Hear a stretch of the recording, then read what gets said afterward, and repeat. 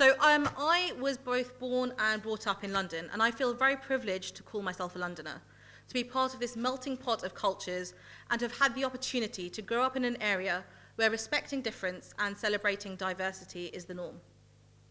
As a Muslim, I recognise that this is one of the best places, not only in the UK, but in the world, for me to practice my faith freely.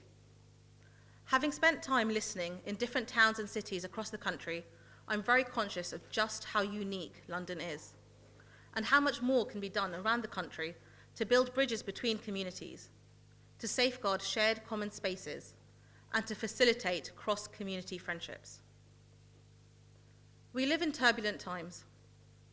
For many of us, it feels as though we are more polarized and more divided than we have ever been in history. We increasingly wall ourselves off in ideological silos, talking only to like-minded people and essentially staying within the comfort of our own echo chambers. But we can change things. There's a simple solution. We simply need to be proactive.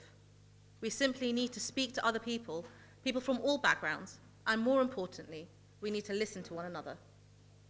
Events such as today's iftar are becoming increasingly important, for they bring together a diverse range of individuals, such as yourselves, to not only break bread, but to converse and get to know one another as individuals. It is human nature for us to want to feel part of something, for us to feel as though we belong, for us to feel heard, and for us to feel represented. We all know that representation matters, but there's a long way to go before all parts of our communities feel truly included.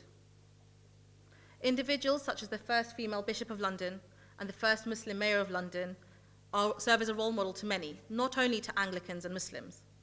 They demonstrate that individuals from all backgrounds can succeed and can aspire to the highest offices in the land. We achieve diversity partly through leadership, because it is when we, as young people, see ourselves in those breaking the mold, when we see ourselves in those who are redefining what it means to be from a minority background or from underrepresented communities, that we begin to dream big and we raise our aspirations. When we as young people feel as though we belong, when we feel heard, more inclusive and more diverse spaces are created. And it is through these spaces that we can unlock potential and harness talent that will strengthen our shared communities. And so today, let us send out a message of hope, a message of unity. I invite you all to take on a challenge this evening. Speak to somebody you do not know and truly listen to them.